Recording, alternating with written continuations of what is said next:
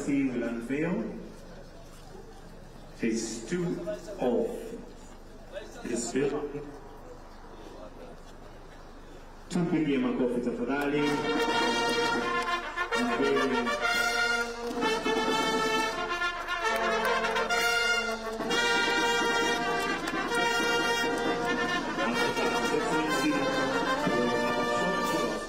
Of the building that has been unveiled and some of the subjects that here today.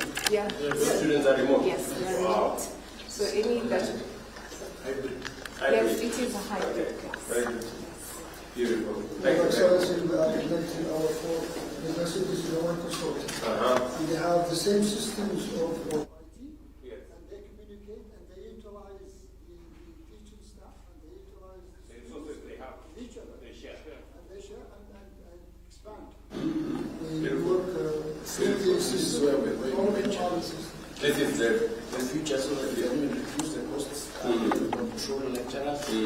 For example, because it has too many things. We have things, we have lesser lecturers that you utilize the resources that much more. The future.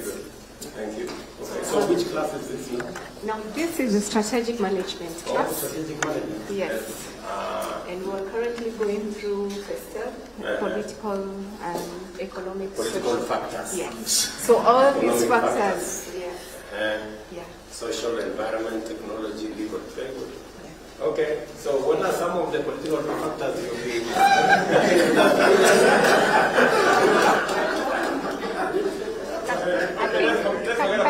Let's talk about the economic factors. Sorry. My name is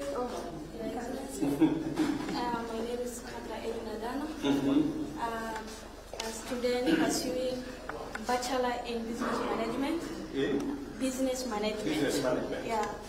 Specializing in finance. And these political factors are how our government's actions and political stabilities affects the business organization and the economy at large. These political factors include the taxation policy, the government stability, the wars and conflicts. Like it can be the internal within our country or the international wars, like Russia-Ukraine war, how it affects our daily business activities. And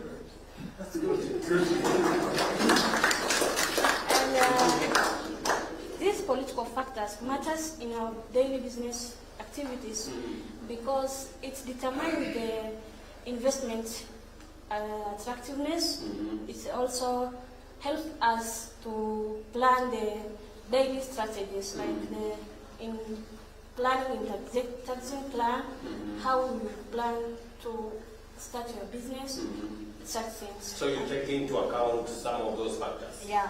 Taxation, stability, predictability, you know, that is the business environment. Yeah. Very good. That's good. Okay. Okay, and what are some of the economic factors that somebody else can tell me some of the economic factors that you people are learning about?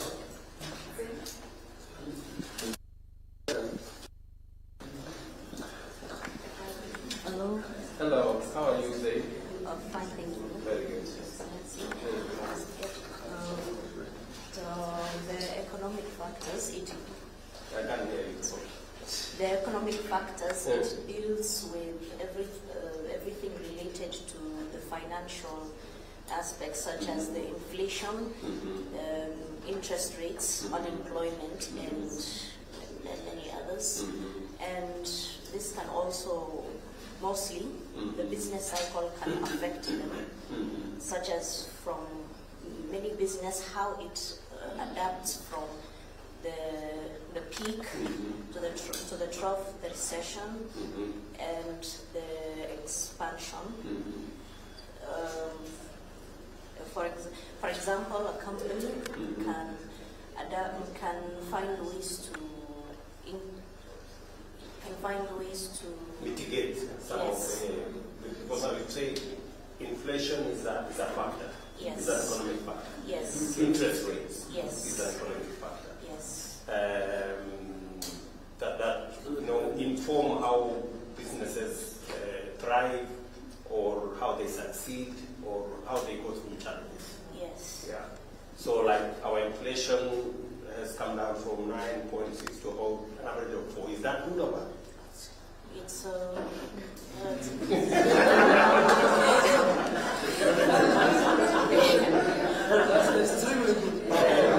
interest rates have also come down from an average of 18 to about an average of 14. Is that going in the right direction? well, yeah, it's going in the right direction. Okay. Okay. Okay.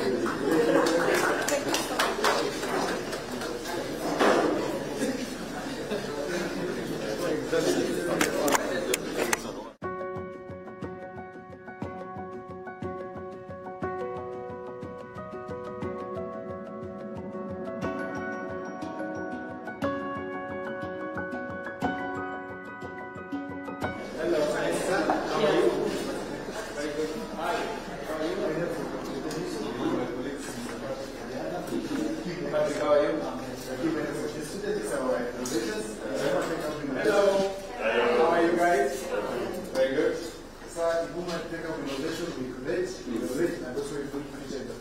We have 3 key projects that we are trying to develop the agenda in health, agriculture, and affordable housing.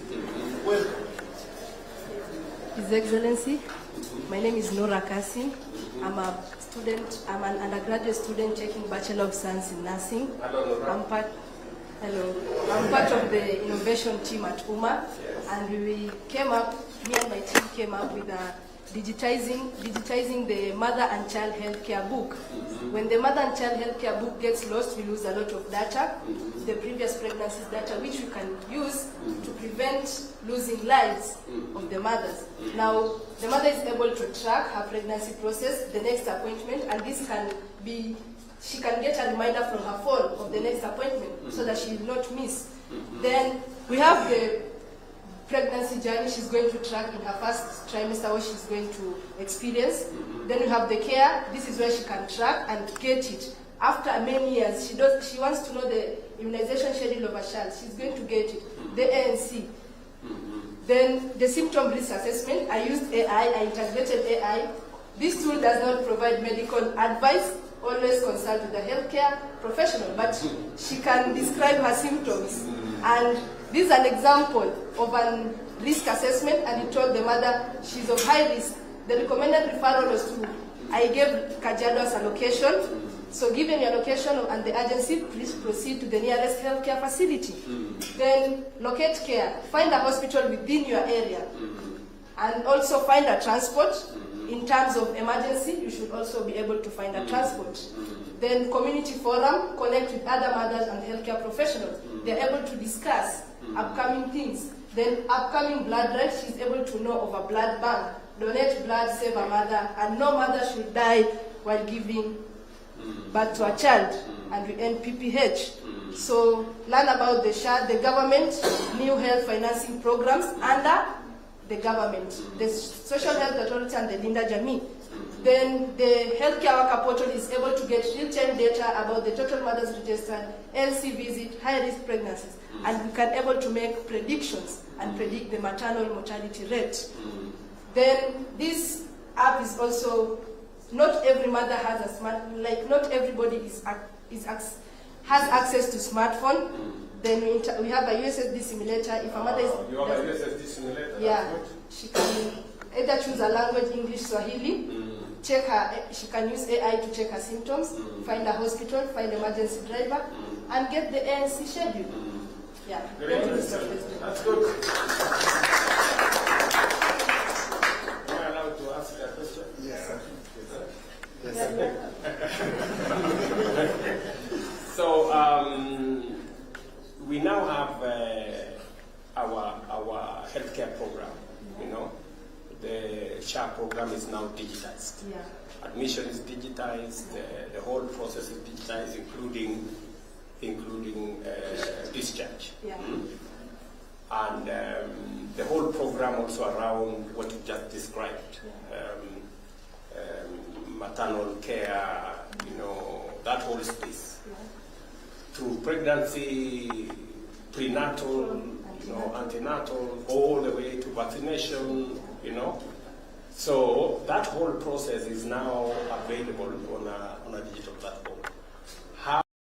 Have you looked at it?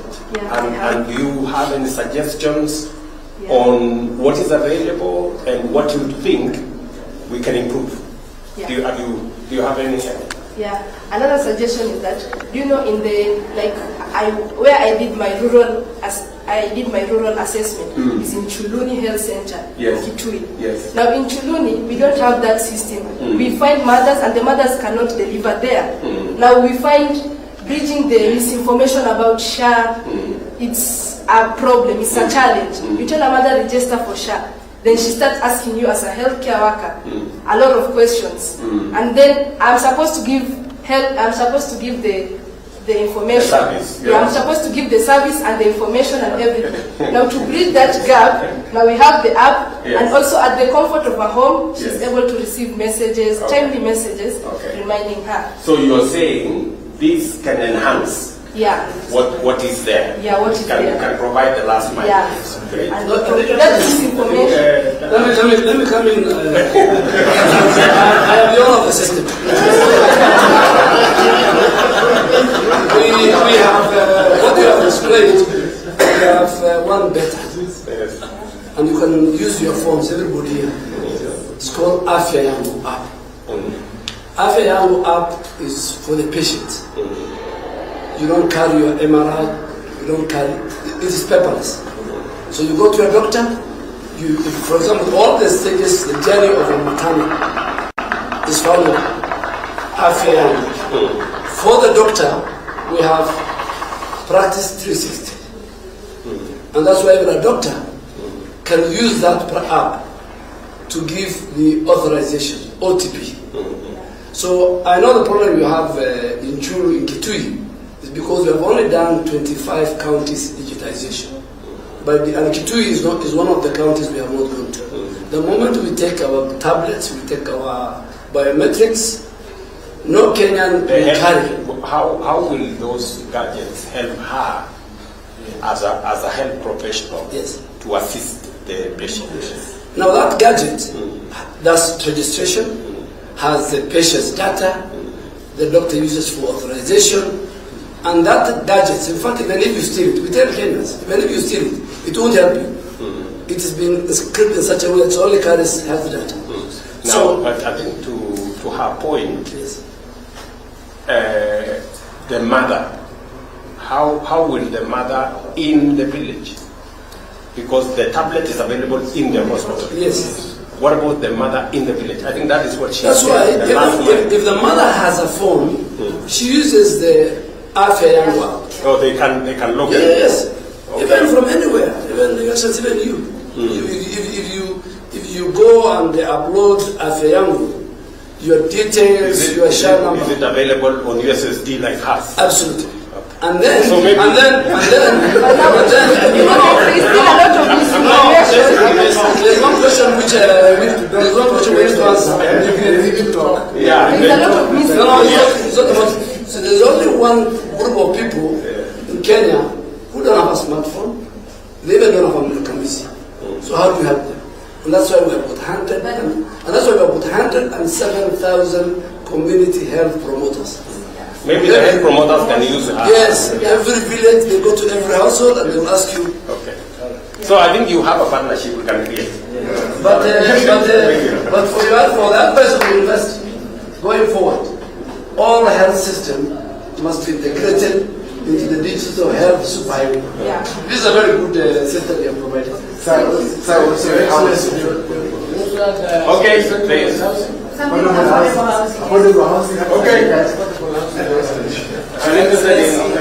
My name is Edison Mondo. Yes. I am a student undertaking Bachelor in Computer Science. Very good. Doing a specification in software engineering. Okay. It is a pleasure to meet you, sir. Thank you very much, my friend. So I hereby present you a decentralized housing registration system. This particular system works on a blockchain technology. I'm targeting the affordable housing program, where each and every Kenyan should embrace this particular program. So how does it work? We are bringing safe and secure registration and secure transfer of entitlement, which is ownership among these beneficiaries, using secure platform and using smart contracts in this particular platform. So how does it work? How do I ensure safe registration? I am using a hierarchy from a super admin to an admin to the owner. So a super admin registers an admin using the wallet address. And now the admin registers an owner and the property details too using the owner's address. Now, after the owner is registered, they can access their user dashboard and the property which is registered to that particular owner under their own wallet address. This wallet address is provided in the blockchain technology are unique and therefore safe and secure. Now, on the transfer of entitlement pattern, when an owner with the property listed under his own wallet address wants to list this particular property, and other owners can obtain this property. One, they list it on the marketplace, it is available. The second user will now see this particular property, request for buy, and now the request is pending, and therefore the first owner is going to accept this request. Now he's willing to transfer this particular project. After transfer, as you can see, the first owner's account, there is no property because it has been transferred. It is a smart contract that has been executed, and therefore on the second owner, he has now two properties. If you can see the property number, it is the same as the one the first owner had. The one which was on sale. Yeah. The one which was on sale. Yeah. So we have this each and every action on this particular system has a gas fee. Reason because I'm using Ethereum as a particular blockchain and cryptocurrency. Now, each and every transaction, this actually means that this particular system, once it has been integrated within the system, it can actually generate revenue. These are the accounts. These are the wallet addresses that have been used in this particular prototype. And these are the smart contracts that have been executed in this particular prototype. So, sir, will you join me to make a happy nation? I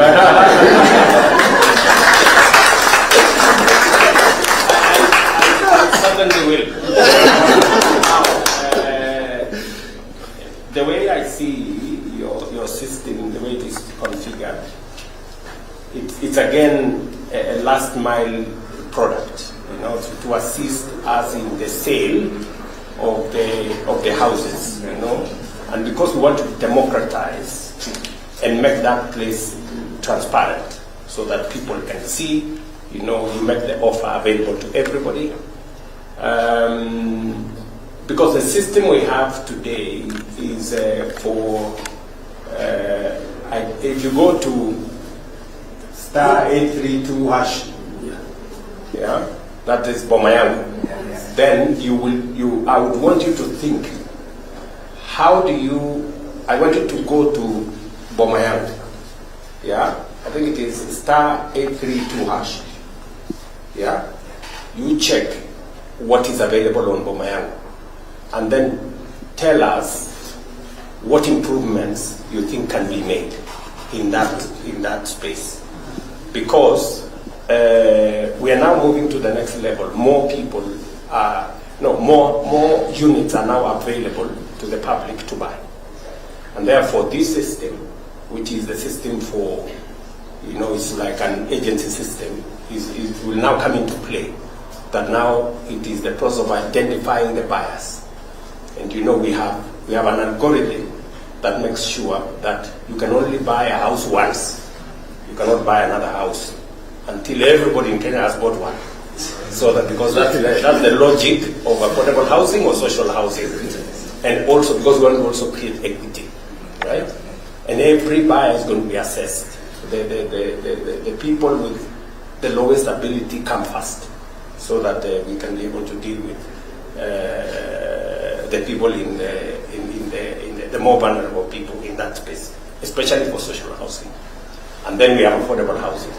And then we have also available for people who want to buy market rate houses. So I would want you to think about, log into Bomayangu, look at it and suggest to us any improvements we can make from there. Would you do that? I will do that, certainly. Yeah? Yeah. So, good luck.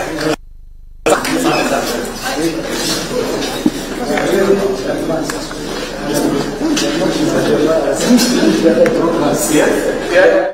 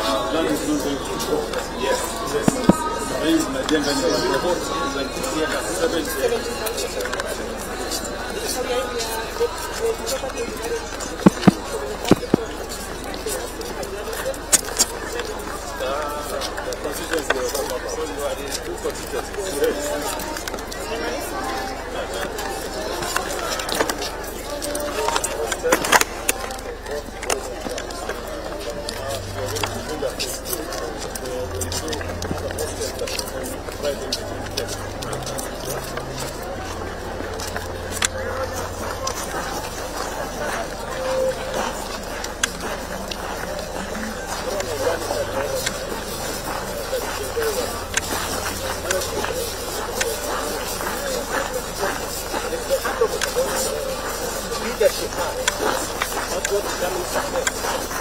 There's a great part, there's a Kenyan part, so there's a good Kenyan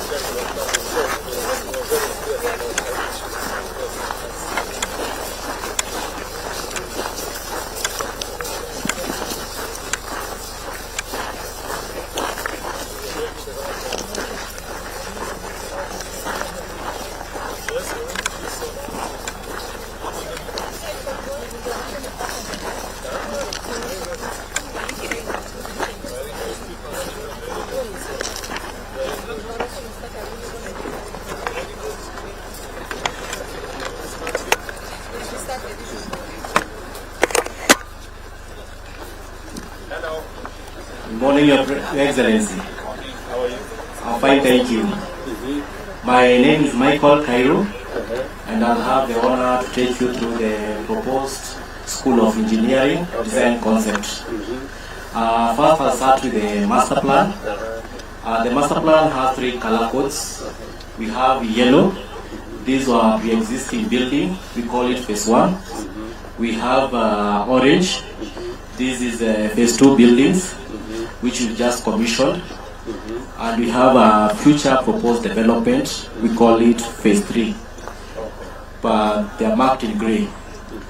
For the proposed School of Engineering, it's part of the future development of the university.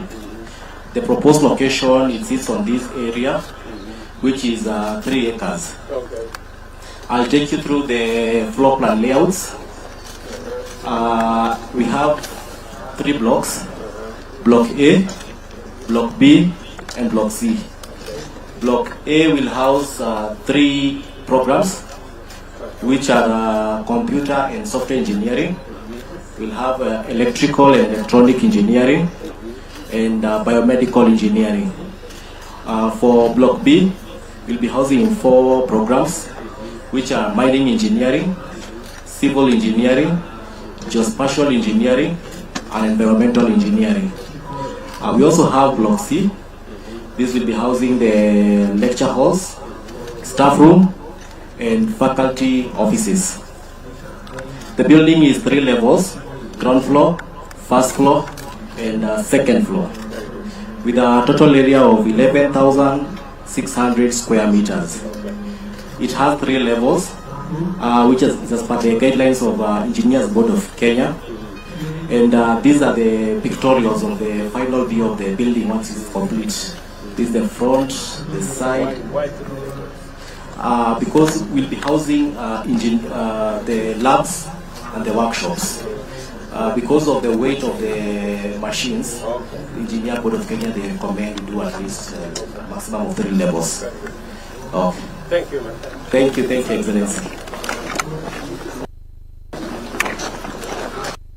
Excellency will now proceed to the unveiling of the plaque for the School of Engineering.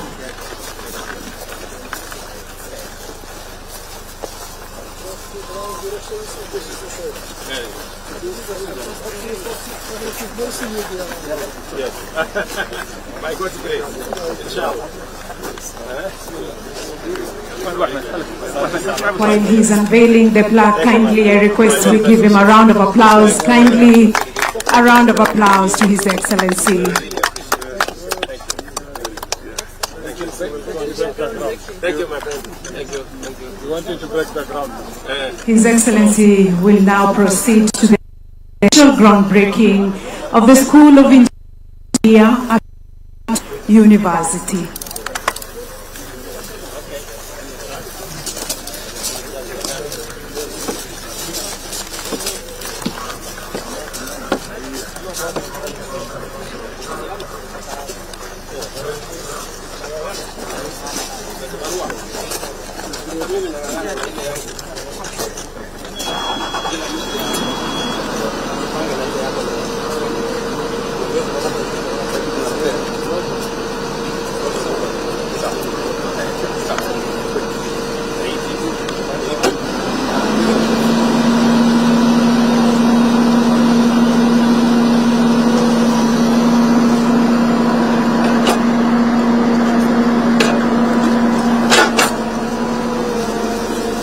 wakati ambapo anachimba ardhi, Mheshimiwa Rais, naomba tafadhali tumpe makofi, a round of applause to His Excellency as he ground breaks the construction of the School of Engineering here at Umma University.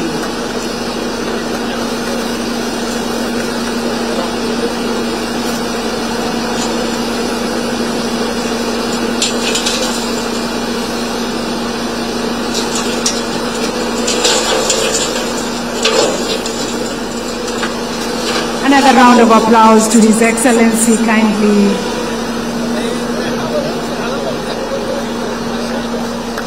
It's now official that the School of Engineering here at Umma University, the construction will commence. Another round of applause, kindly. Thank you, Your Excellency. Well done.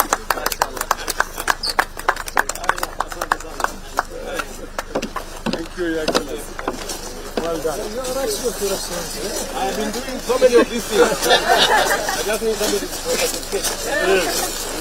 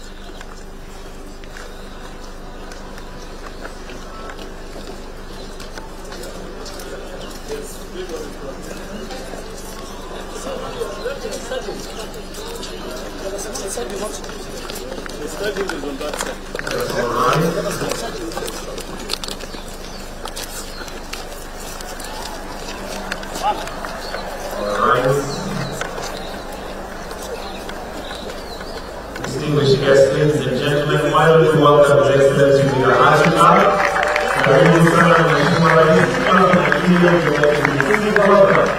Welcome, Your Excellency. Welcome. Karibu sana. Tumpigie makofi tena Mheshimiwa Rais akiingia. Welcome, Your Excellency.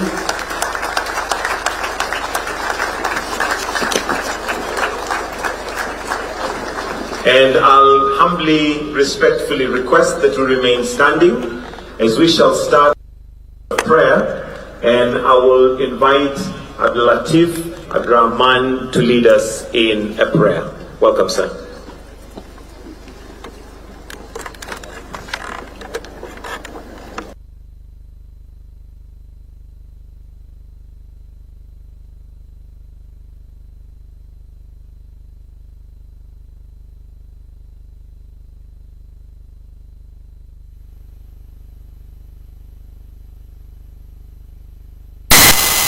Thank you for this journey and for the commissioning of Dr. Abdurrahman Al-Sumaid Complex, a symbol of progress and hope. We humbly ask your blessings upon this university fraternity.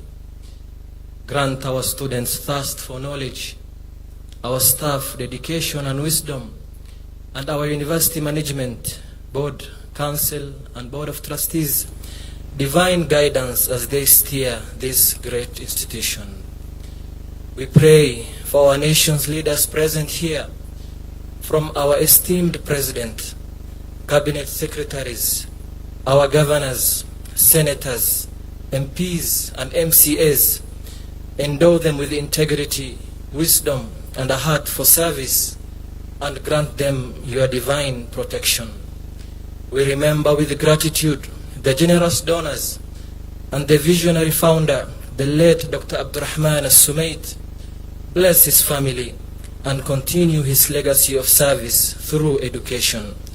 May this new facility be a place where futures are built and dreams are realized for the benefit of our nation and humanity.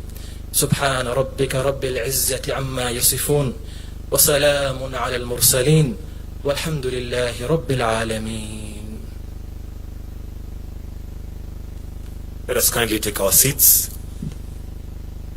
Your Excellency Dr. William Samoei Ruto, President and Commander-in-Chief of the Kenya Defense Forces, Honorable Julius Migos Ogamba, Cabinet Secretary for Education, Honorable Aden Duale, Cabinet Secretary for Health, Honorable Olelenku, Governor Kajiado County, Principal Secretaries present, Members of Parliament present, the Umma University Board of Trustees Chair, the Vice Chancellor Umma University, Dr. Halima Saado, practitioners in the education sector, lecturers and students.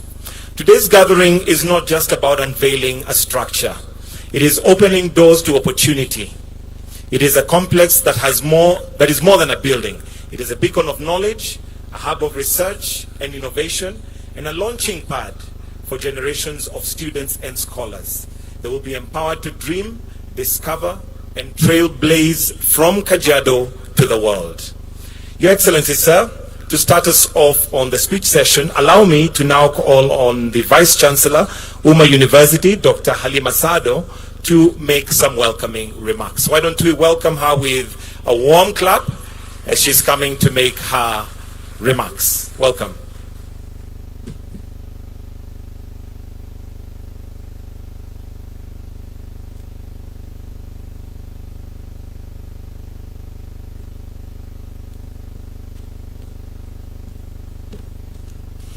Your Excellency, sir, Dr. William Samoei Ruto, the President of the Republic of Kenya and Commander-in-Chief of the Defense Forces, our CS of Education, Mr. Julius Migos, our CS of Health, Honorable Joale, our ambassadors here present, the members of Parliament, the governors, our dear donors, distinguished guests, staff, students, ladies and gentlemen, Assalamu alaikum wa rahmatullahi wa barakatuh, and good morning. I believe it's still morning. A very warm welcome to Umma University. It is both an honor and a joy to host you here today for the official commissioning of Dr. Abdurrahman Al-Sumaid Complex here at Kajiado campus.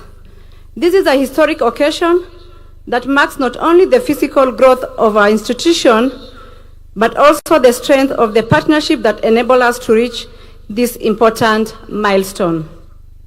Allow me a profound gratitude to our partners and donors from Kuwait, and in particular, Direct Aid Society. Your generosity has been central to the realization of this project.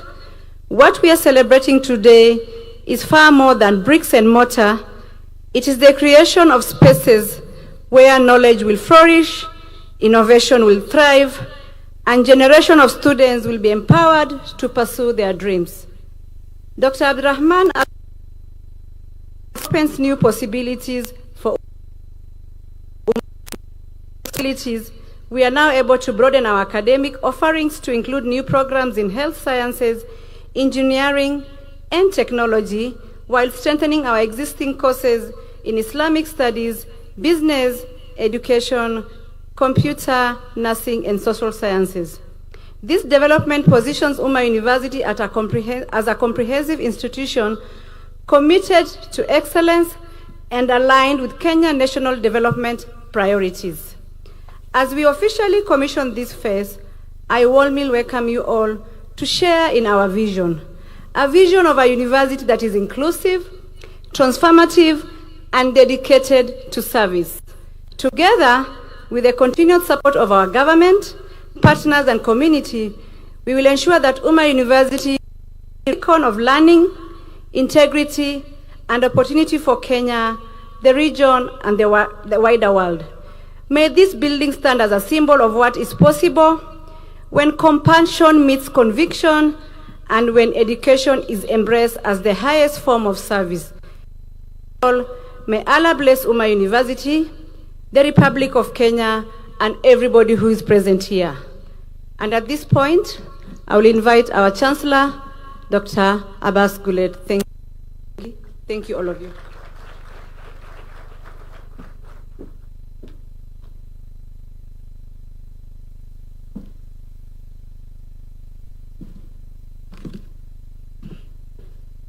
Bismillah ar-Rahman ar-Rahim.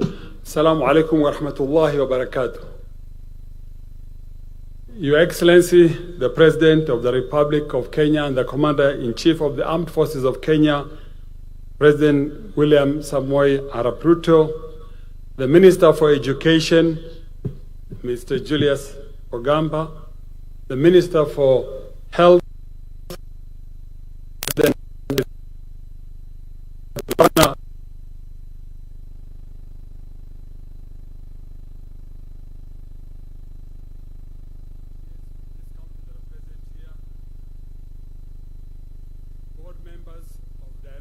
who are here, and the guests and visitors who have come from Kuwait and from Saudi Arabia, the board members of Umma University here in Kenya, distinguished ladies and gentlemen, good morning.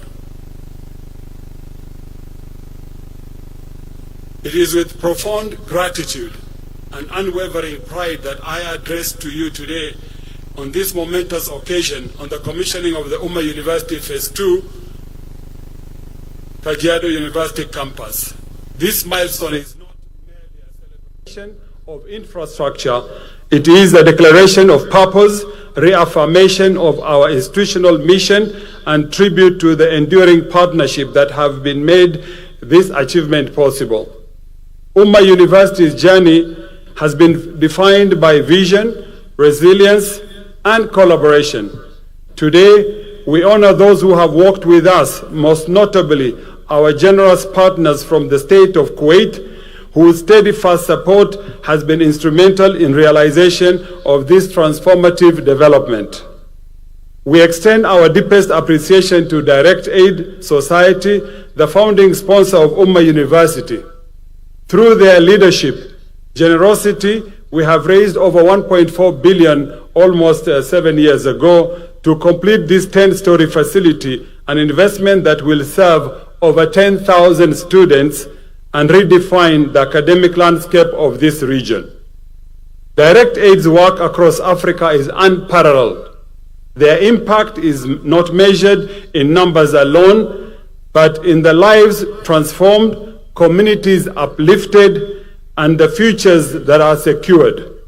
Their support of Umma University is a testament to the power of cross-border solidarity and the belief that education is the most enduring bridge to peace, prosperity, and human dignity. On this historic occasion, Umma University extends its utmost appreciation to the visionary founder, the late Dr. Abdurrahman Al-Sumait. May Almighty Allah rest his soul in eternal peace. A man of profound compassion, unwavering faith, and tireless dedication, Al-Sumait devoted his life in uplifting communities across Africa through education, healthcare, and humanitarian services.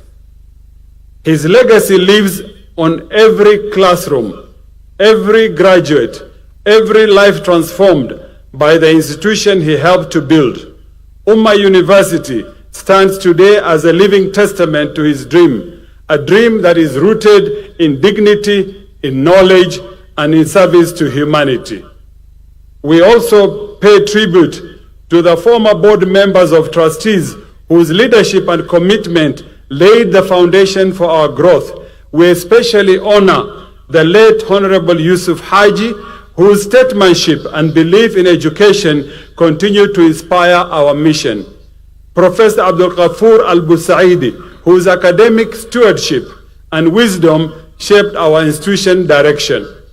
I'd like to also say this, Your Excellency, without fear of contradiction, of Honorable Aden Bare Duale, your CS for Health, whose consistent support, strategic advocacy, and commitment to the university's development have significantly elevated the Umma University's profile and strengthened its engagement with national leadership. Even this event today, His Excellency is the one who agreed to accept to come here, but Honorable Duale was at the forefront in ensuring that Excellency comes. Next, I'd like to recognize Mr. Muhammad Hassan. Muhammad Hassan, Excellency, works for you. He's your staff, but he has been a long-standing friend of this university for many years.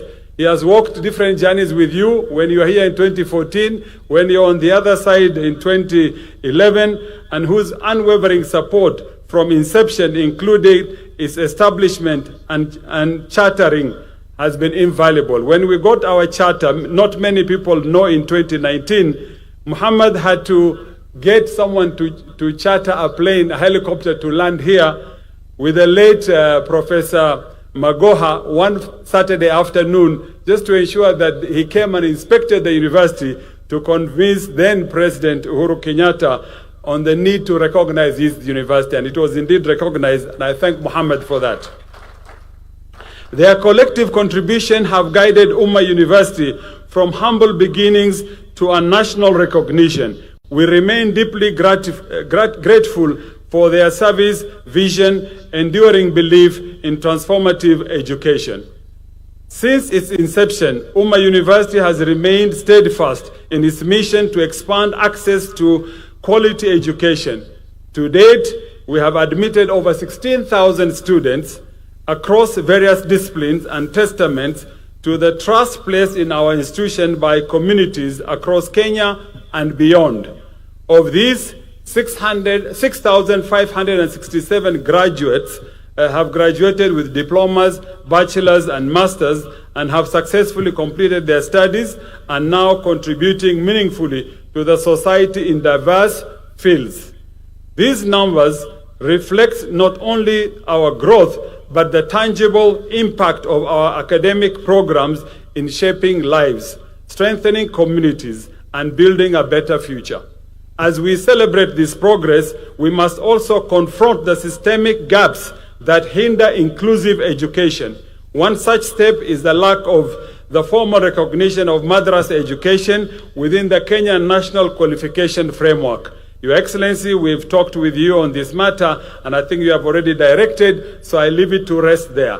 We respectfully call upon His Excellency that the relevant authorities officially integrate Thanawi qualification to the highest level of Islamic secondary education into the Kenya National Qualification and Authority KNQA framework, and I know you've already, as I said earlier, directed on this matter. This reform is not only overdue, it's essential. It will enable thousands of madrasa graduates to access higher education and professional pathways. And it will affirm the value of an educational tradition that has instilled discipline, ethics, and scholarship for generations. As we mark this important milestone, we must also confront the pressing financial realities facing universities across our nation. From Umma University, the outstanding obligation totaling to 828 million as of the financial year 2024-2025 continue to exert significant pressure on our operations. To date, Umma University has admitted 1,387 government-sponsored students. Of these, 748 have graduated. These liabilities constrain our ability to invest critical infrastructure, upgrading of laboratories, and support of welfare of our students. Your Excellency, we respectfully appeal to you for your intervention in facilitating the settlement of these pending obligations. Resolving this matter will not only stabilize our institution, but also reaffirm the government commitment to strengthening higher education as a driver of national development. Financial sustainability is not a matter of securing the future of our learners and ensure that institutions like Umma University can continue to deliver quality education foster innovation, and contribute meaningfully to the Kenyans' progress. Education cannot thrive in isolation. It requires a supportive ecosystem, one that includes access to clean water, public safety, essential services. Umma University is prepared to partner with the county government of Kajiado to develop a sustainable water supply system that will serve both the university and the surrounding communities. We respectfully request your intervention, Excellency, to direct the relevant departments for collaborative with stakeholders in harnessing the freshwater aquifer beneath this region.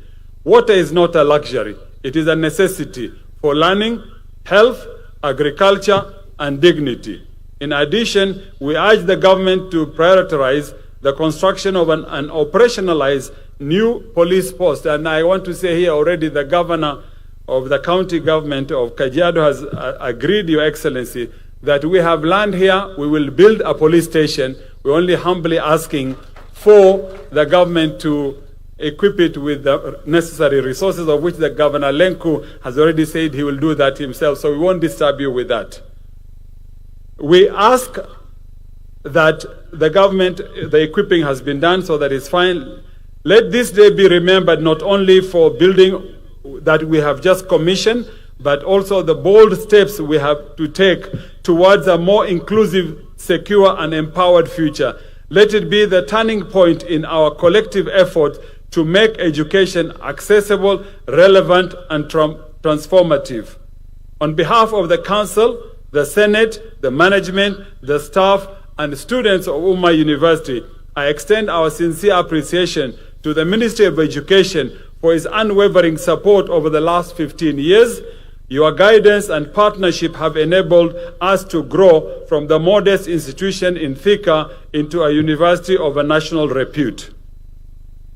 May Allah Almighty bless Umma University, bless Kajiado County, and bless the Republic of Kenya. Thank you, Your Excellency.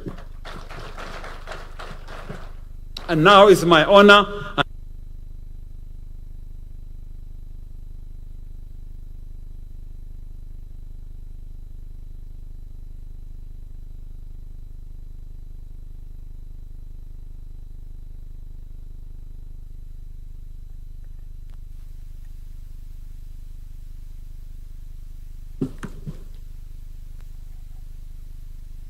Bismillah ar-Rahman ar-Rahim. Your Excellency, Dr. William Ruto, President of the Republic of Kenya,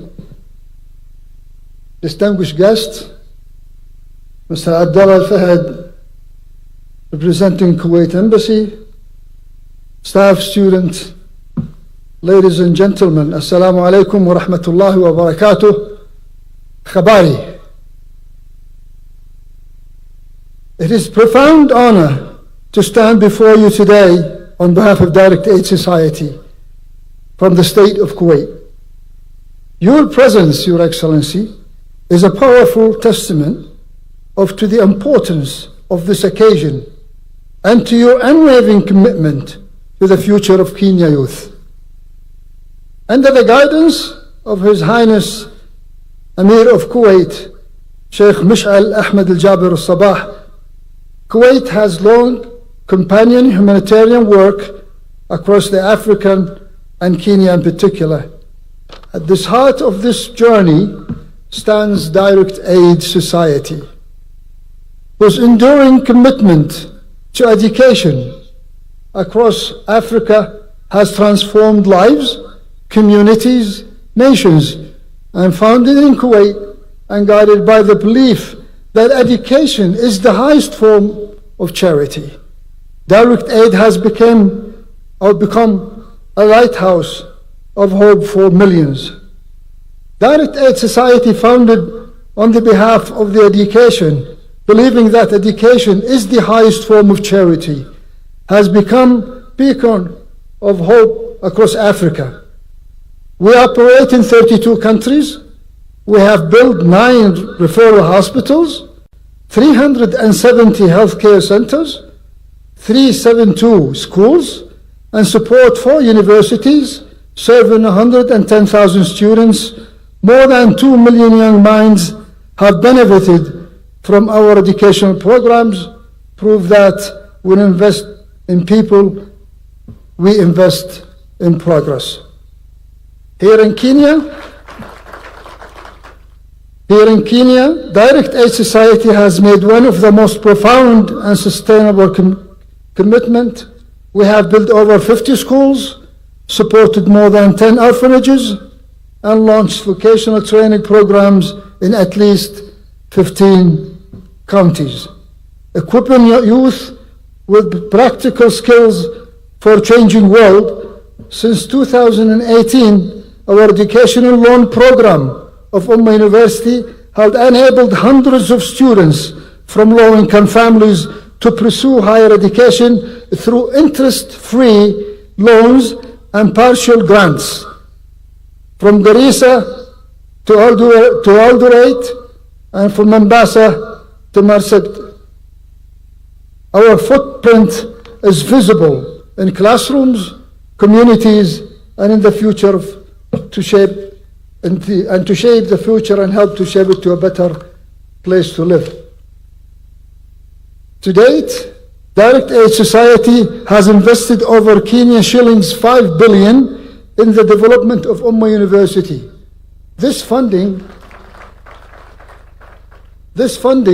has supported infrastructure, academic excellence, and student services. Since Umma University was established, we have disbursed over Kenyan shillings 2 billion in scholarship and loans, ensuring that financial hardship does not block the path to ambition. From the heart of the people of Kuwait, we wish the people of Kenya great prosperity and economic development. We believe that the truest form of progress is investing in the most precious resource any country possesses, are the minds of the people. The commissioning of Dr. Abdurrahman Al-Sumaid complex, a moment of triumph. It has been physical impediment of dreams, once whispered in quiet rooms, now rising boldly into the sky. This 10-story marvel is not just a concrete and steel, it is sanctuary for learning and cradle of innovation, and promise to every young mind that walks through its gates, you belong, you matter, and you will rise. Therefore, our support for this new face of Umma University is not merely as a donation, it is strategic investment, an investment in the future, in engineering, who will build sustainable infrastructure, future of doctors, who will safeguard public health, and the future of innovators, who will drive the economy, and the future leaders, who will guide Kenya to even greater heights. Today, we inaugurate Abdurrahman Sumaid Complex, our founder, the visionary, who laid the first stone in this dream to become a reality.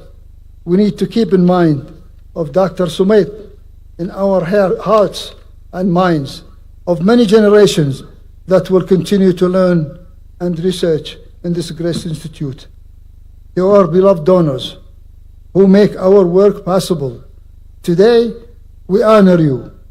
Your contributions are not just financial, they are transformational.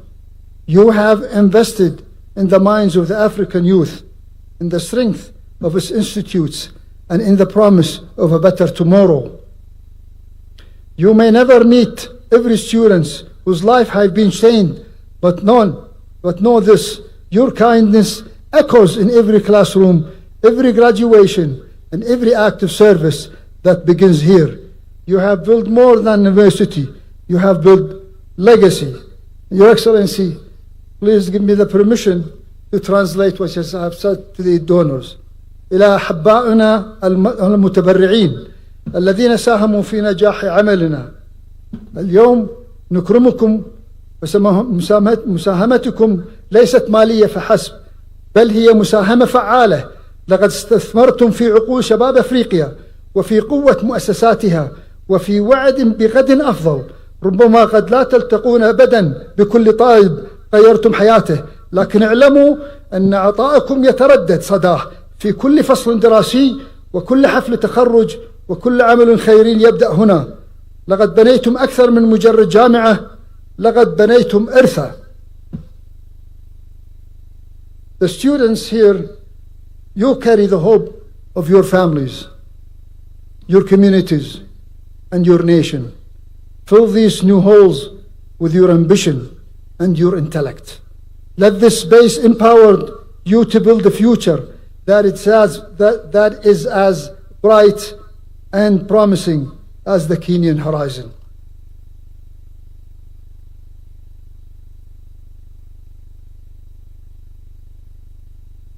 Your Excellency, distinguished guest, I want to thank you for allowing us the privilege to contribute to Kenya's inspiring story of growth.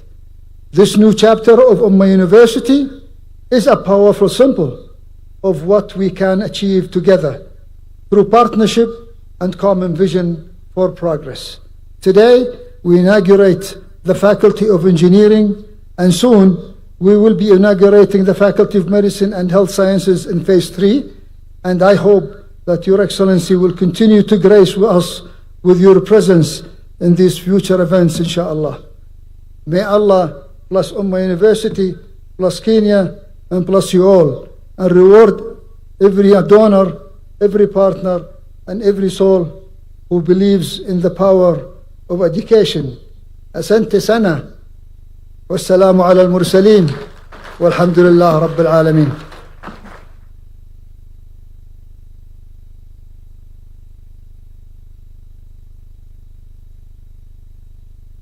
It is now my pleasure, Your Excellency, with your permission, to invite the governor of this wonderful county, His Excellency Olelenko, to come and make his remarks and also recognize the leaders that are present. Why don't we welcome him with a warm clap? Karibu sana, Your Excellency Governor.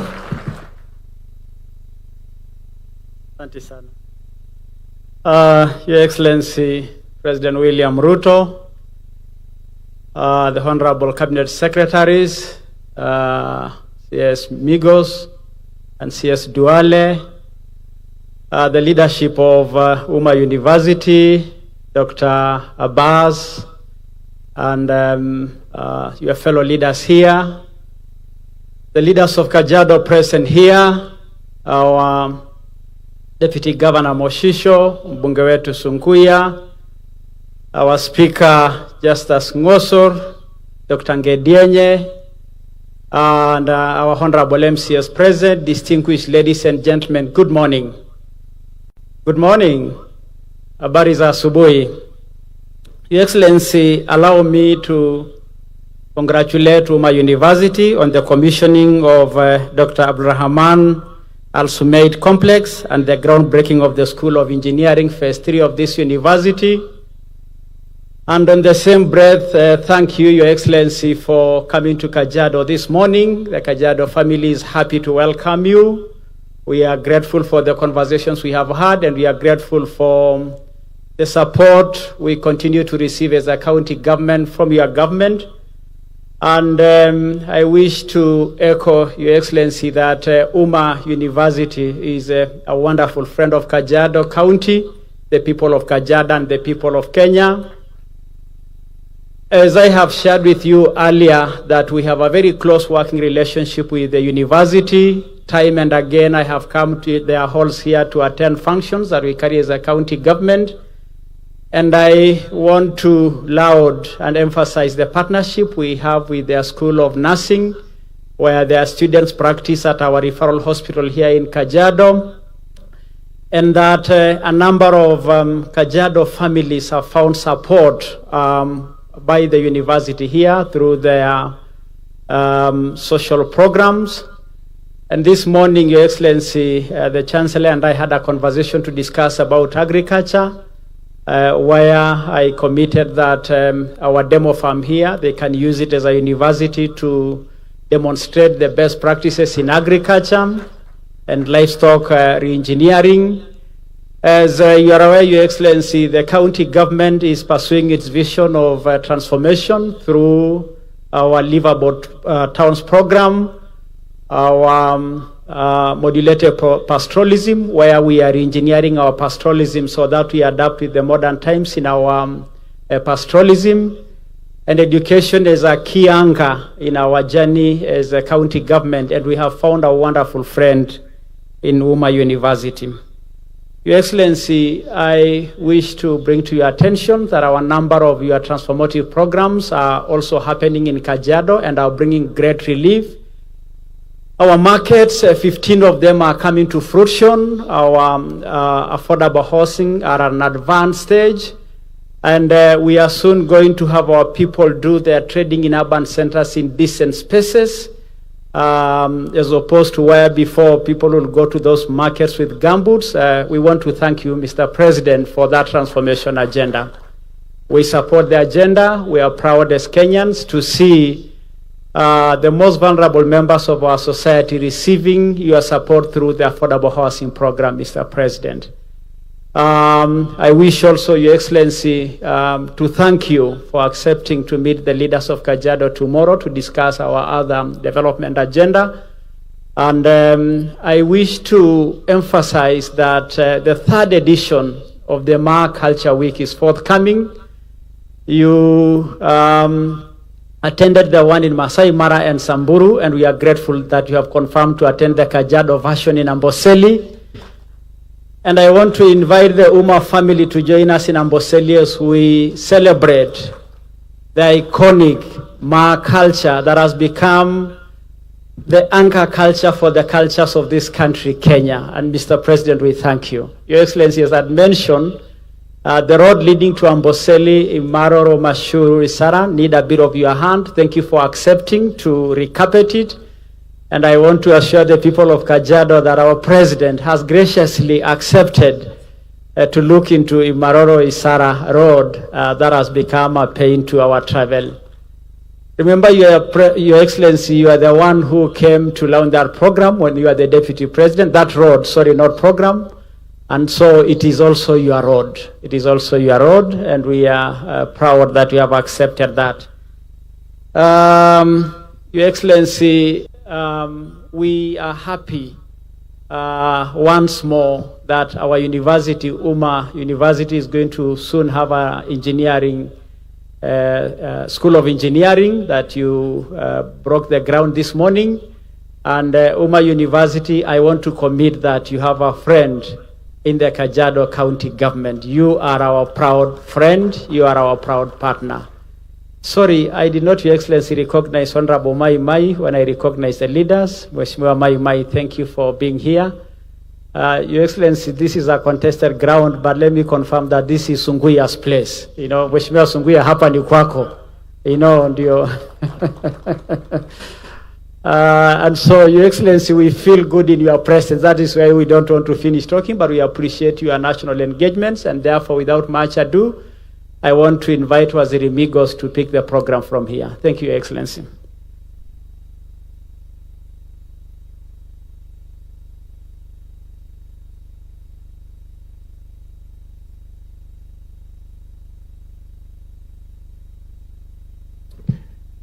Your Excellency, the President of the Republic of Kenya and Commander-in-Chief of the Defense Forces, Dr. William Samoei Ruto, my colleague, Cabinet Secretary for Health, Aden Duale, the Governor for Kajiado County, Honorable Joseph Olelenku, the Deputy Governor, the Chancellor of Umma University, Dr. Bas Gulet, the Vice Chancellor, Dr. Alim Abdullahi, PSS present here, PS Nyangala, Higher Education, PS Kimodo, Irrigation, the MPs here present, distinguished ladies and gentlemen, good morning.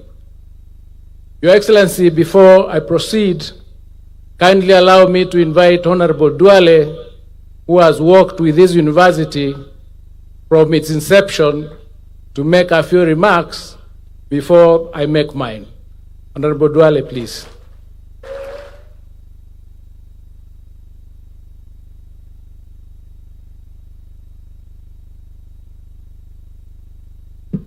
Your Excellency, the President of the Republic of Kenya and the Commander-in-Chief of the Kenya Defense Forces, my colleague CS Education and PS Education, PS Irrigation, the governor of Kajiado and members of parliament from Kajiado, the entire leadership, the founders and the donors of Umma University, the students, the lecturers. Your Excellency, if you allow me, I'll ask, I am a former majority leader, and there are very good leaders here. There is Honorable Kainan, who is the chairman of Northeastern Parliamentary Group. There is Honorable Senior Farah Maalim. There is Honorable Abbas of Senator Wajir. There is Honorable Major Bashir of Mandera North. There is the Speaker of Kajiado County. There is the MP for Kajiado West. There is the MP for Kajiado East. Is there any other member I've forgotten? There is a former MP, Honorable Kolosh. There is the MP for the great town of Elwak, Honorable Kore. And there is our deputy governor, the tallest man in our counties. Your Excellency, you are not a visitor here, neither to Umma University or to this community. You went to Umma University as a baby in a small college in 2010 in a very dingy corner in Thika town.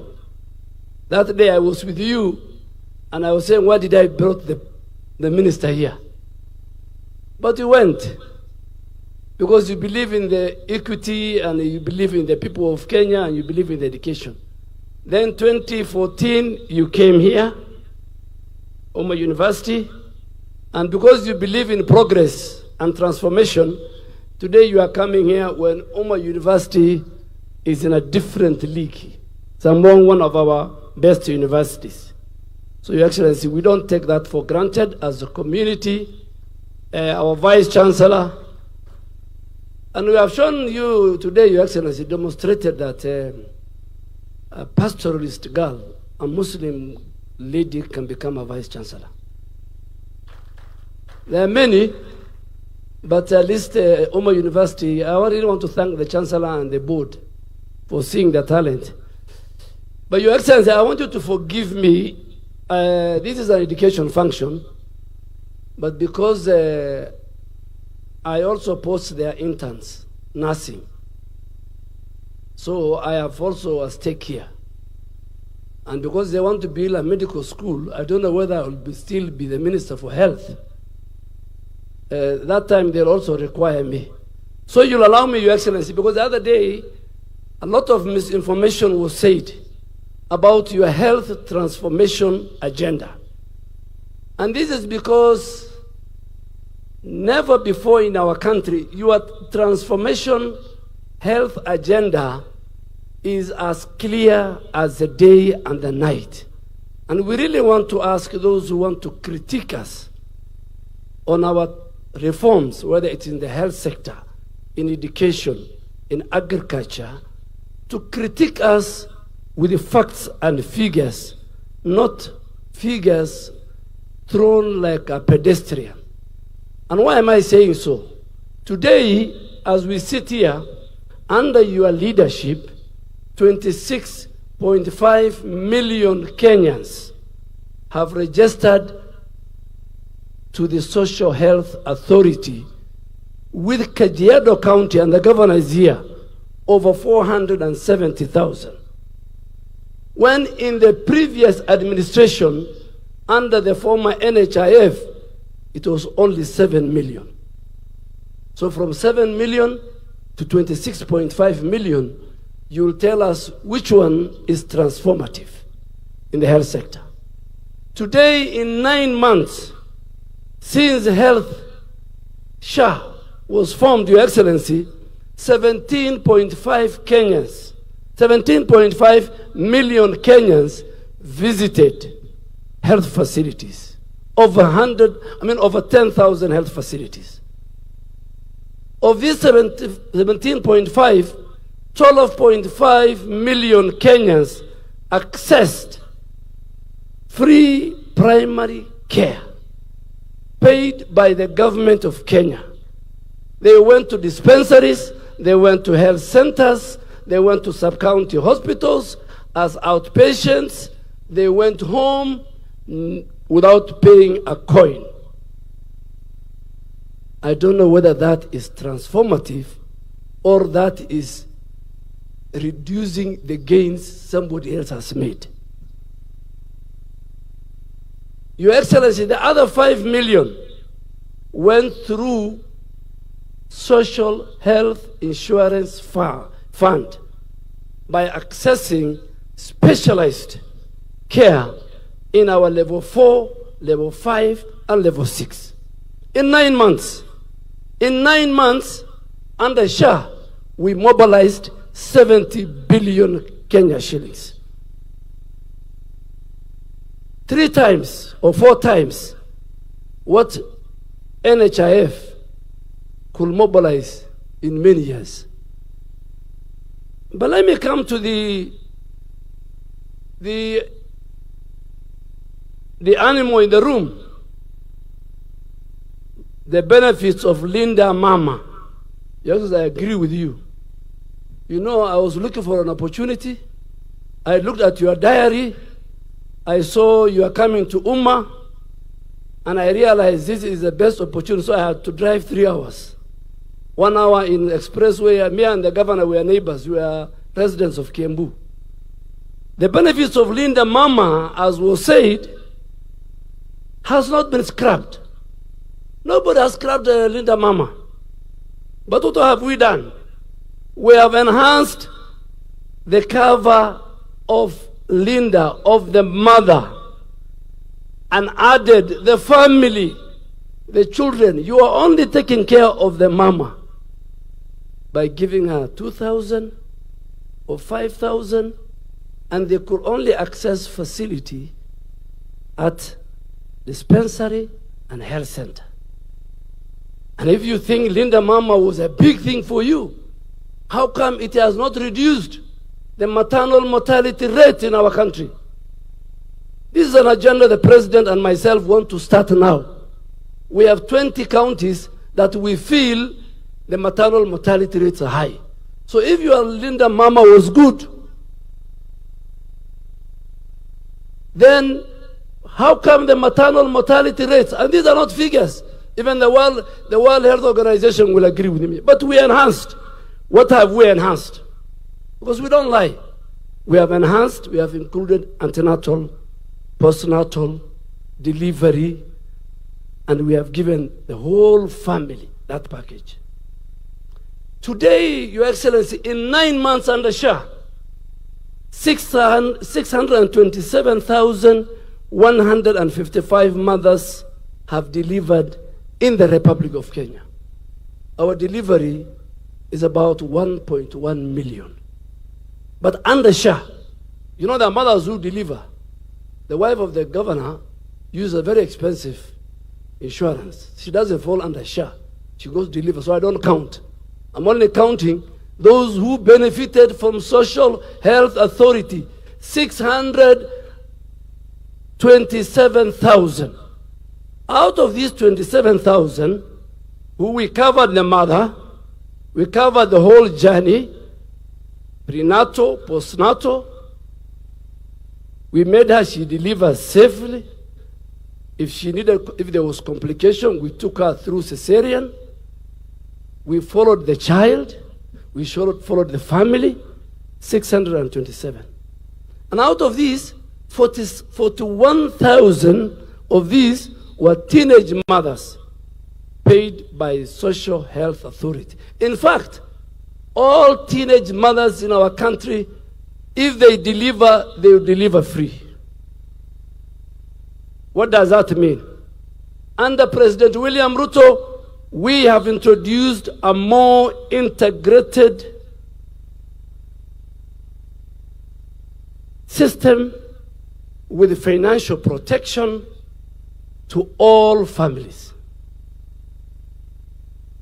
Let me now give them, because even they have not even read NHIF. What was NHIF giving? In NHIF, when a child was born, they were only covered the mother. This really exposed the whole family, hardship for the children that required immediate medical care after birth. So if mama delivers, she's left alone. As we follow the family, we follow the mother, we follow the child. We have a very integrated, comprehensive health insurance system. The newborn under SHA is covered under the mother's cover. The cover of the mother protects the child. That was not there during NHIF. Linda Mama reimbursement rates under the defunct NHIF was as low as 2,500. Sometimes 5,500 per delivery in dispensary and health centers. The quality, the care, nobody bothered. There was a persistent high maternal mortality rate in our country. And by the way, it continued to occur despite the high number of mothers giving birth in hospitals. Your Excellency, you have given vulnerable mother or the vulnerable woman who goes to antenatal clinic, who deliver, and who has postnatal care. Don't listen to naysayers. But because I'm giving information, they left us with 30 billion fictitious NHIF debt. Out of that debt, Linda Mama debt under NHIF inpatient was 4.8 billion.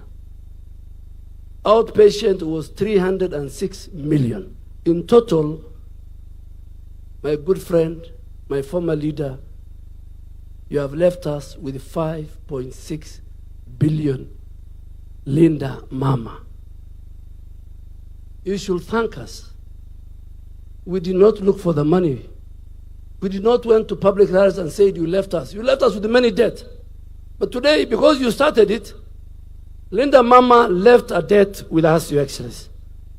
But Your Excellency, I think those are just to make sure you gave me an opportunity to correct it. But I want to assure you, this afternoon I'll meet.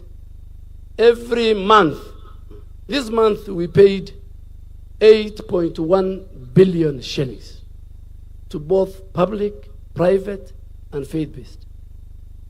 Governor Lenku is my witness, Your Excellency, here. Today, the highest own source of revenue for our counties is the health sector.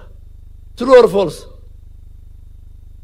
Because today, more Kenyans go to public health facilities than to the dingy, small, fraud things. My colleague, the Minister for Education, will come and tell the reforms.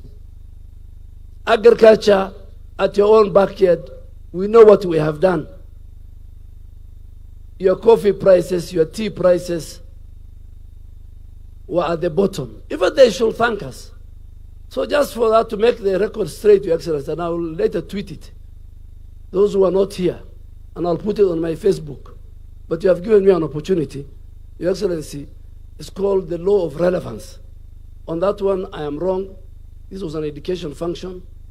But because they train nurses. They train nurses. This morning I look at it, where do I come in this university? The Vice Chancellor,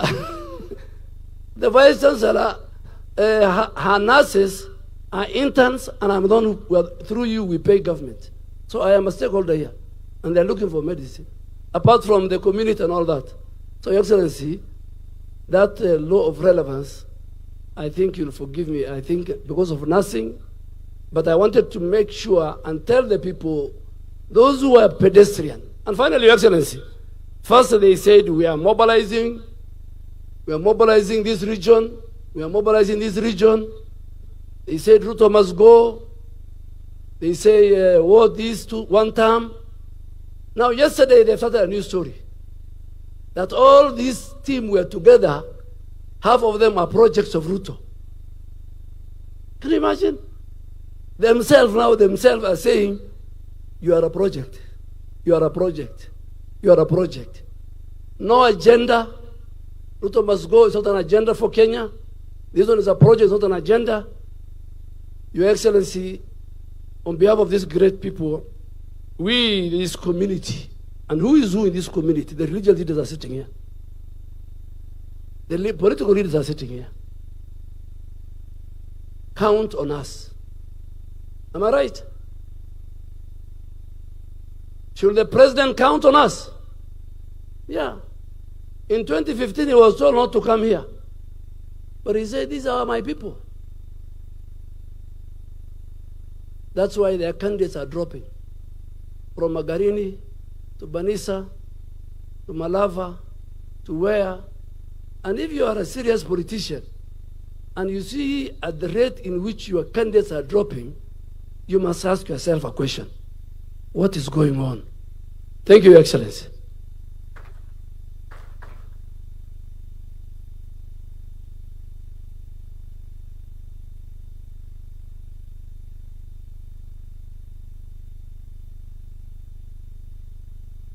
Your Excellency, that was my law of strategic intervention. We are most grateful, Your Excellency, that you graciously accepted the invitation to commission the Dr. Abdurrahman Al-Sumait Complex and to break ground for the School of Engineering Phase 3 project of this university.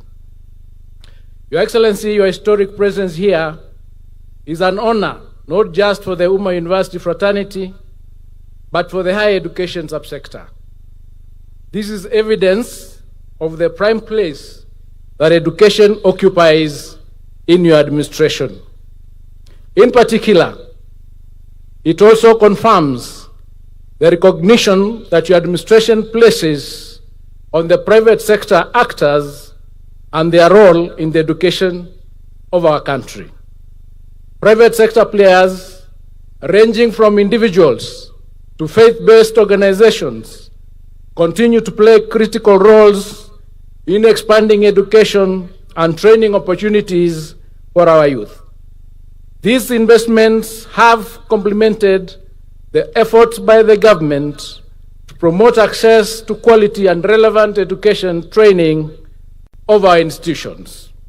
These institutions, like Umma University, not only create access to quality training, but also instill value-based education in the students. Your Excellency, as I conclude, I wish to commend all the donors, including Direct Aid Society, for their support that has led to the milestones that we are celebrating here today. May I also thank the leadership of Umma University for working hard to deliver on the projects and steer this institution towards remarkable growth. Umma University, we assure you of our continued support as you grow this university from strength to strength. With those few remarks, Your Excellency, it's now my distinct honor and privilege to invite you to address us. Thank you and God bless you. Please welcome, sir.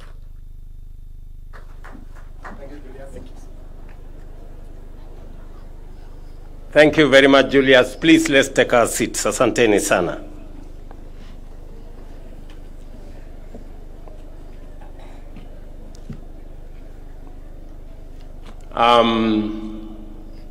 Ndugu viongozi mulio hapa, Chancellor wetu, Vice Chancellor, lecturers, the student fraternity, wazazi, pamoja na wageni wetu wote, including our very valued sponsors.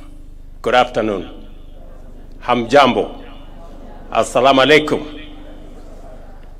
It gives me great pleasure to join you today for the official commissioning of Phase 2 development of Umma University.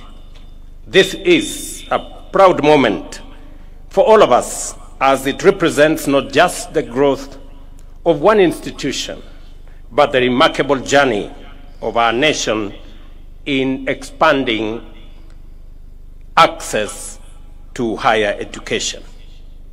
I recall with fondness my association with this university before it became what it is today.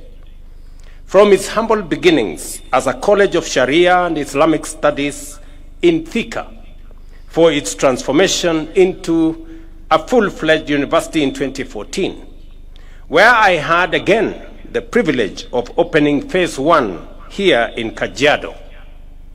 Umma has grown steadily, anchored on clear vision of academic excellence. And I want to say congratulations. Today, with the completion of this 10-story building, an investment of more than 1.4 billion, we see yet another bold step forward. This modern facility, designed to serve over 10,000 students, including 81 classrooms, 6 laboratories, and a 650-seater examination hall, a conference center, and a 416-seat auditorium, and much more. It is a symbol of ambition, resilience, and a deep commitment to nurturing future generations. Ladies and gentlemen, Kenya has made enormous strides in expanding access to higher education. Today, our country boasts 80 chartered universities, 30 of which are privately owned, and one of them being this great Umma University. Nearly 150,000 students are enrolled in private universities, representing about 23% of the entire university population. This underlines the critical role that private universities continue to play in complementing government efforts in education. Over the past 3 years, we have been compelled to undertake bold and far-reaching reforms to safeguard the sustainability of our universities and higher education in general. Not long ago, the subsector was in a serious crisis, with 23 out of the 40 public universities sinking into technical insolvency, threatening not only their stability, but also the future of thousands of students. I have heard you very clearly, Mr. Chancellor, that we owe you some money. And it is because we had a system that I had to take the decision to stop of sending students to private universities when we didn't have the money to pay for them. And we accumulated debts in our public and private universities to the tune of 120 billion. Just imagine. And it sunk many universities. A university in this county, no, in actually Machakos County, was actually closed. Scott Theological College University, sponsored by my church, the church I go to. We had to step in to go and salvage it from closure. Closed for a year. And many other universities suffered. Public universities, as I have told you, 23 of them were technically insolvent. They could neither pay their staff, nor their suppliers, nor even pay as you earn, or even other deductions, including that time NHIF. And I apologize to Umma University that we sent students here as government of Kenya several years ago without having proper arrangements on how they will be trained and educated. Ever since I came into office, I have not sent any students here. Because until I have the money to pay for them, I will not send you any students. And I'm just figuring out how to pay the debts that you have told. And you are not the only one. I have As I told you, the government of Kenya owes different universities to the tune of 120 billion. In fact, some of the universities are in serious dire straits. Through decisive action, we strengthened governance in our universities, restructured financing, and introduced the student-centered funding model, a game changer for higher education. Scholarships and loans are now awarded on the basis of need, ensuring fairness and equal opportunity for all Kenyan learners. University fees have been reduced significantly. Students now pay between 5,800 and 75,000 a semester, depending on their ability and program of study. University funding has nearly doubled, raising from 45 billion in 2022-2023 to 82 billion in this year's budget, while help loans have more than doubled from 17 billion to 41 billion. In general, we have enhanced the budget for education in the last 3 years by about 130 billion shillings. And it is because we believe that any nation, especially one like Kenya, where human capital is at the heart of transformation, must get its education right. It is the reason why we are deploying more resources to make sure that our education remains of good quality, accessible, and relevant. And that is the reason why we've hired more teachers, we've put more money in Higher Education Loans Board, and we have put more money in university funding. Already, nearly 470,000 students have benefited from scholarships and loans. The reforms have also restored financial stability, reducing the number of technically insolvent universities from 23 to 13, and even the 13, we are working with them so that in the next 2 years, we get all our universities out of the red corner. Public universities equally have been very supportive. They have raised 11 billion shillings through diversified revenue streams and saved 1 billion shillings through cost-cutting measures. So everybody now is sensitive about where the money comes from and how it is spent. And that is why we will continue to make sure that integrity becomes front, center, left, and right in matters of financial management.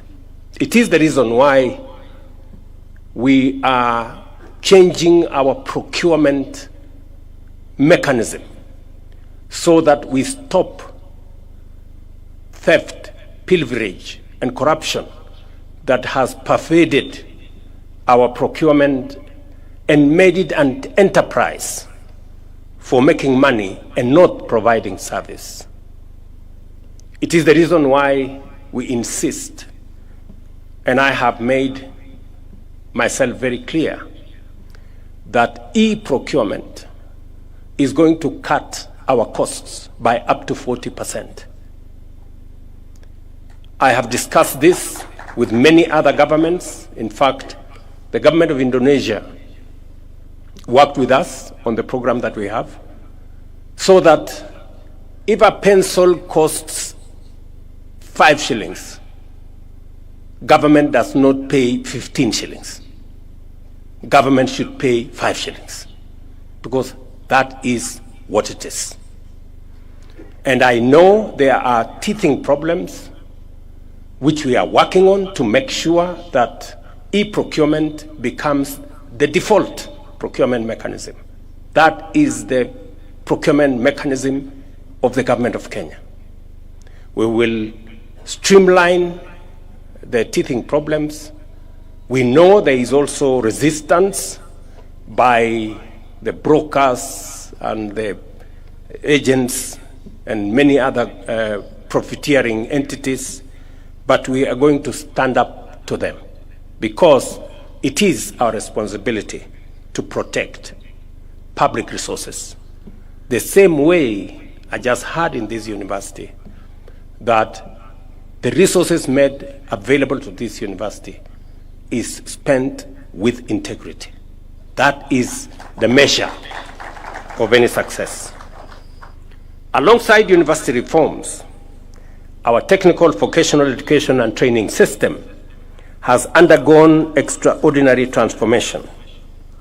Enrollment has grown more than double from 297,000 in 2022 to 718,000 this year, driven by supportive policies and aggressive awareness campaigns. We have expanded national polytechnics from 11 to 29 today, greatly strengthening our skills training capacity. At the same time, the recognition of prior learning policy launched in 2024 has already assessed 6,734 candidates, with 898 graduating at the launch. To deliver quality training, we have increased trainer recruitment at our TVETs from 7,000 to 10,000. We've hired 3,000 new trainers, and we are in the process of hiring another 5,000. Industry partnerships have also surged because industry told us that they want job-ready graduates from our technical training colleges. And for them to be job-ready, they must have practical experience. Where now we had 65 industry players that were working with us.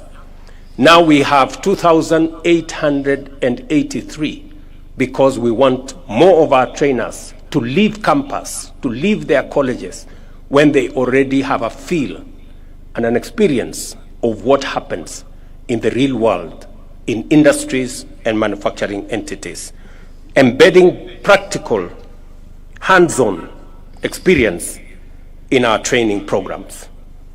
These achievements demonstrate that TVET is now firmly at the heart of Kenya's transformation, equipping young people with practical skills to innovate, create jobs, and drive economic development. Ladies and gentlemen, the process we celebrate nationally, the progress we celebrate nationally finds full expression here at Umma University. With the support of our partners, the government of Kuwait, and the Direct Aid Society, this institution has been able to expand its facilities and strengthen capacity to serve thousands of young Kenyans. I was privileged to meet some of them this morning, and I was very proud of their confidence and their grasp of issues that they are learning in this university. I met Nura and Mwenda. Nura explained to us what we can improve on the facilities and the digitization we have done with our universal health coverage, the Taifa Care under SHA.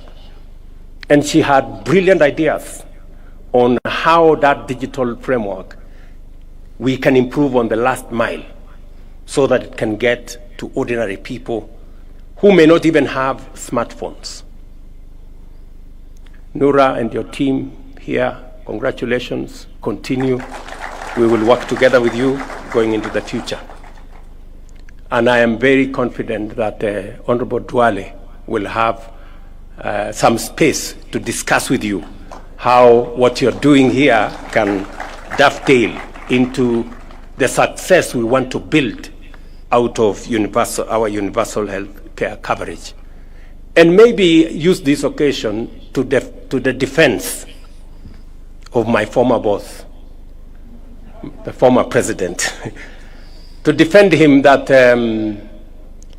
we should be a bit magnanimous to him. He did time led our country. And the Linda Mama program was a great program. We developed it under the Jubilee administration, under the leadership of President Uhuru. We learned a lot from the Linda Mama program. And because of the experiences, because of the lessons learned from the Linda Mama program, we designed the Linda Jamii program, which was an improvement from the Linda Mama program. So Linda Mama was good. Linda Jamii is obviously better. And therefore, it is an improvement from what it was in terms of the scope, from just delivery of mothers, which was the primary target of Linda Mama. We've now improved it to cover prenatal, before the delivery, postnatal, the delivery itself, postnatal, and it's no longer targeting Mama. It is targeting Jamii, Mama plus the children plus the household. The figures have also increased in terms of benefits. Actually, the figures have doubled from 2,000, between 2,000 and 2,500 to now 10,000 to 30,000. So we have enhanced the program, but we must accept that we learned the lessons from Linda Mama. That's why we designed a better Linda Jamii program. And we didn't stop at Linda Jamii. We have progressed it into universal health coverage, where we are now looking after the whole Kenyan community. And that is why the figures Aden Duale was saying, of 7 million beneficiaries to now 26.5 million beneficiaries, has become a reality because we are progressing from there. And therefore, Nora was very spot on as she told us about what to do with universal health coverage. I also met some gentleman called Mwenda. I think he was called Mwenda, somebody. And Mwenda explained to me what he thinks about affordable housing. Again, another flagship program that I believe in, because we've danced for too long around mediocrity. And it is time to elevate our standing as a nation. And he explained to us how the last mile of affordable housing can be worked on. And again, brilliant ideas on how we can, get our nation and focus on what kind of urbanization are we going to see in the future. Because urbanization is an imperative. In fact, globally, it is now documented that by 2050, the population, half the population of the world will be living in cities. And urbanization is even higher in Kenya than the global average, which means in Kenya, we will be having anywhere between 55 and 60% of citizens living in cities by 2050. It is up to us today to decide what kind of cities are they coming to stay in. Are they coming to live in slums, or are they going to come to live in organized households and livable cities? And that is why we are embarking on this program. And let me confirm that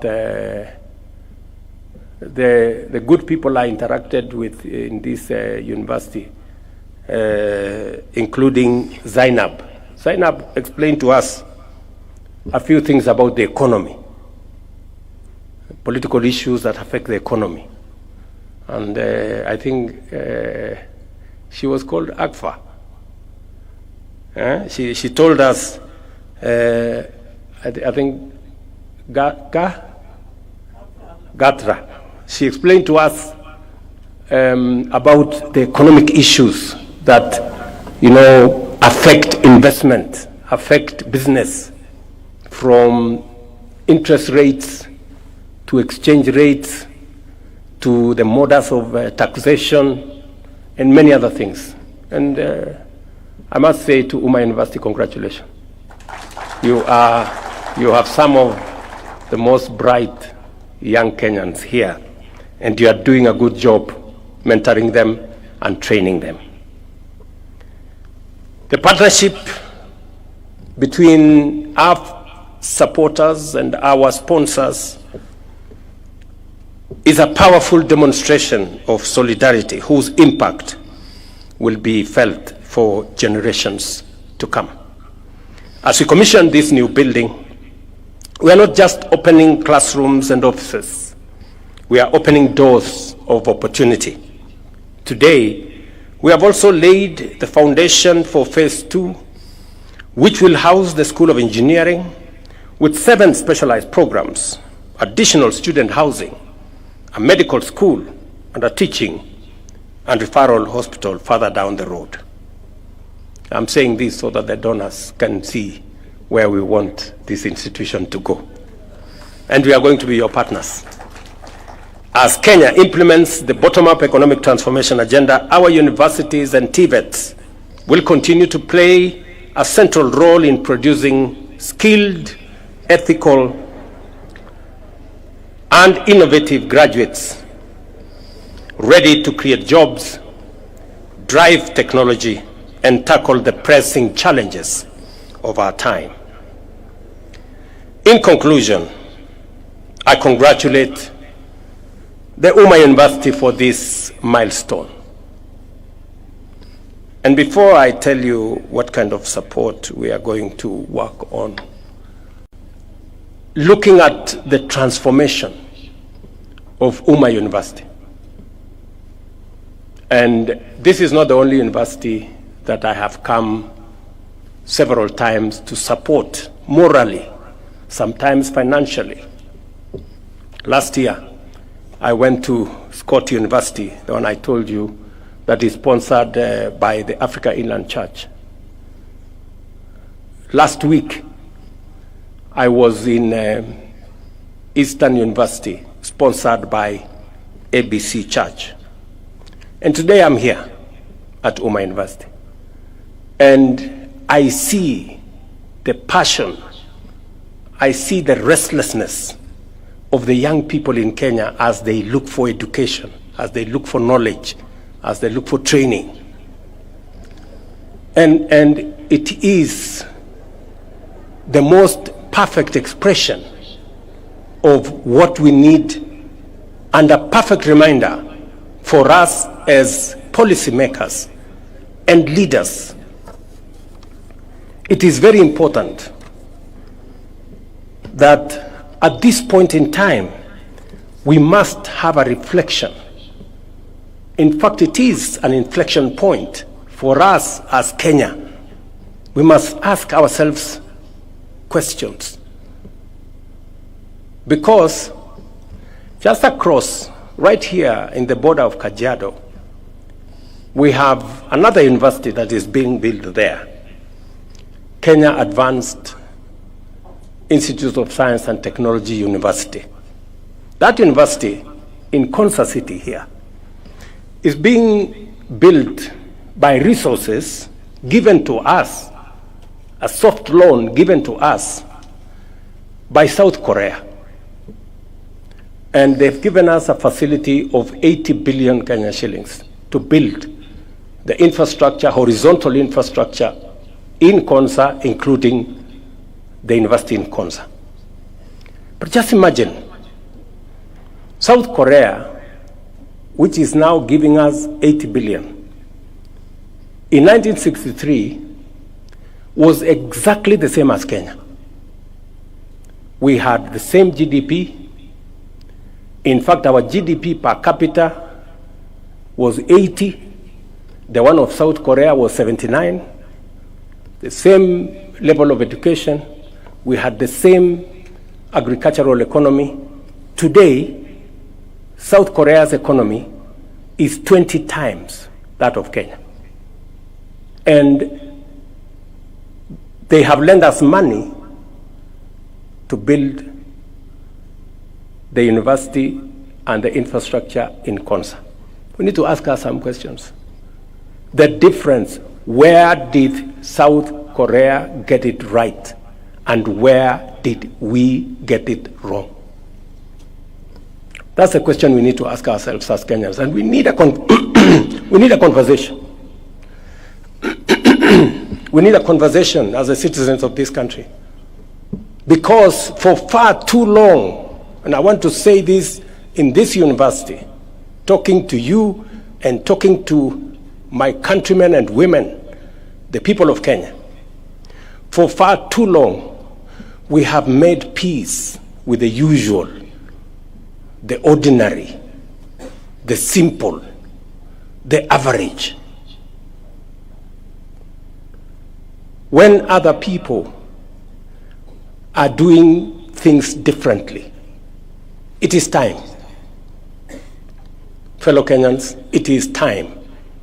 Fellow citizens, it is time for us to up our game, for us to raise the standard, for us to raise our ambition, so that we begin to engage with the transformational, the innovative, and the extraordinary. We have been ordinary for far too long. And I am persuaded, beyond any reasonable doubt,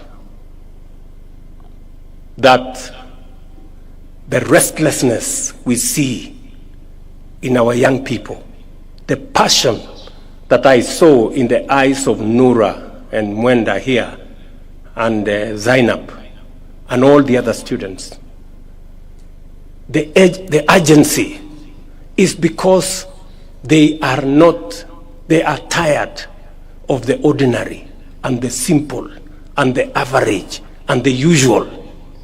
They want us to up our game. The difference between South Korea and us is one. It's not about resources, because they had the same resources as we do. It's not about money. They didn't have money the way we didn't have money. It's about leadership. That's the difference, leadership. So it's not about the people of Kenya. It's about us, the leaders, the people who have the opportunity to make decisions for the people of Kenya. What decisions are we making? That is what is important. Many of us want to make peace with little decisions, ordinary, average decisions, politically correct, and things like those. And that is why we cannot account for why others are where they are and we are where we are. So we must continue to push the limits. We've made good progress with our transformation of agriculture, with our transformation in education, with our transformation in health. We've made good progress with our affordable housing and markets and hostels, but that's just the foundation. We need to up our game. That is my belief. And we have what it takes. We have what it takes. This nation has what it takes. We have the human capital. We have the knowledge and ideas and passion. And that is why I have been leading from the front. Against all odds, very difficult circumstances, but slowly people are beginning to appreciate that our economy is doing better. Inflation has come down. Our exchange rate has come down. Our dollar reserves have gone up. Our universities are doing better. We have more teachers in classrooms. our food security is much more stable. We're beginning to get it right, but it is not enough. That is why we need to up our game. We need to be more creative and innovative. We need to do more on transformation so that we can do things in a different way and achieve the extraordinary. As government, we remain steadfast in supporting institutions of higher learning to ensure every young Kenyan has the chance to achieve their full potential. And I wish you well as the student fraternity and the entire Umma University as you pursue not the ordinary, not the simple, not the usual, not the average, as you pursue excellence. Thank you very much, and God bless you. For His Excellency, Your Excellency, before you leave.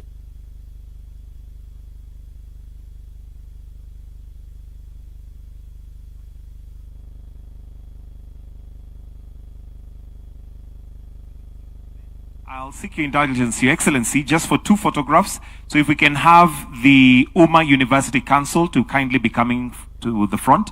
Umma University Council to kindly come to the front. There are 10 members, Umma University Council.